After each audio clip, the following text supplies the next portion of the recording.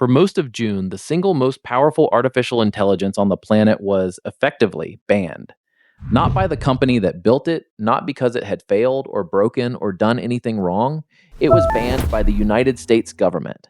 The model was called Fable 5, and for a few tense weeks, almost no one on Earth was allowed to use it.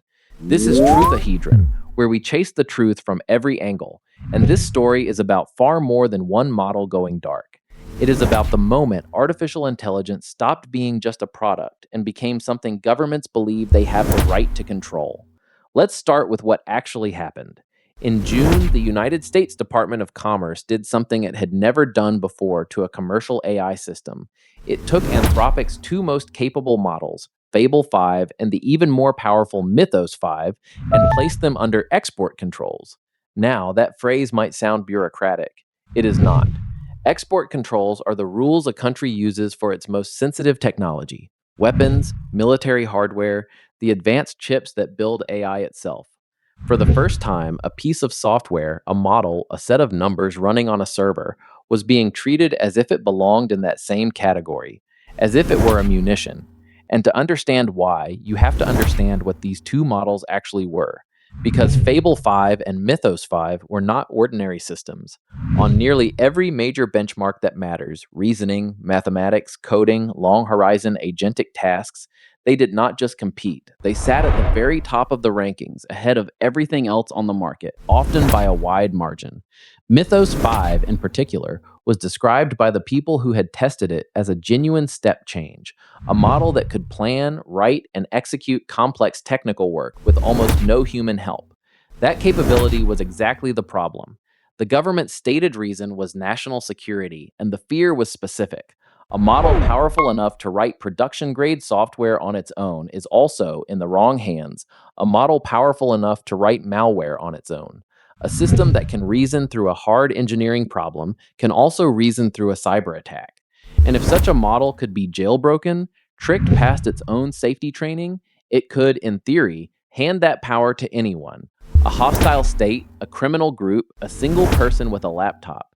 And that is what made this different from any export control before it. A fighter jet is physical. An advanced chip has to be manufactured, shipped, and installed in a specific place. But a model is just information.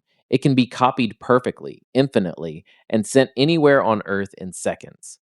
Once its weights are released into the open, there is no recall, no way to pull it back, which is exactly why the government moved on access before release rather than after. It was trying to contain something that, once free, could never be contained again. So the Commerce Department acted, and it acted fast. Overnight, access vanished.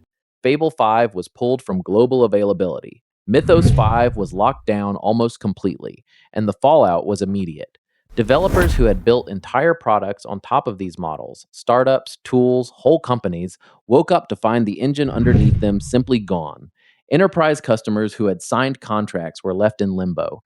The most capable AI in the world had been switched off, not by a price change, not by a policy update, but by a government order. The backlash was enormous. On X, the phrase Fable 5 is back started trending before it was even true. Half a demand, half a prayer. And the debate split instantly. One side called it reckless overreach, strangling American innovation and handing the lead to competitors overseas. The other side called it overdue, arguing that releasing weapons grade capability to the entire internet with no guardrails was simply insane. Then, in early July, the restrictions were rolled back. Fable 5 returned to global access, available again to developers around the world.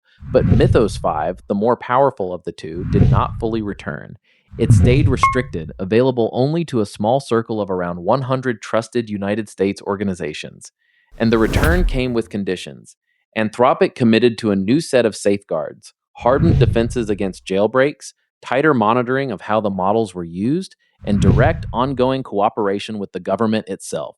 For developers and enterprises, it was an enormous relief. The engine was back, products could ship again. But the criticism did not stop because the terms raised harder questions. Who exactly counts as a trusted organization, and who gets to decide? What happens at the next audit? And if the government can switch the frontier off once on national security grounds, what stops it from doing so again whenever it chooses? And that is the part that actually matters. the part almost everyone missed while they were busy celebrating. This was never really a story about one model being switched off and then switched back on. It was the moment the frontier of artificial intelligence quietly and officially became a national security asset, regulated like a weapon, rationed by a government, treated not as a product you simply buy, but as a capability that a state decides who is allowed to hold. Every powerful model released from this point forward now lives in that world. The question is no longer only what these systems can do, it is who gets to decide who is allowed to use them and on what terms. Fable 5 came back, but the world it came back to was permanently different. This is Truthahedron, the truth from every angle.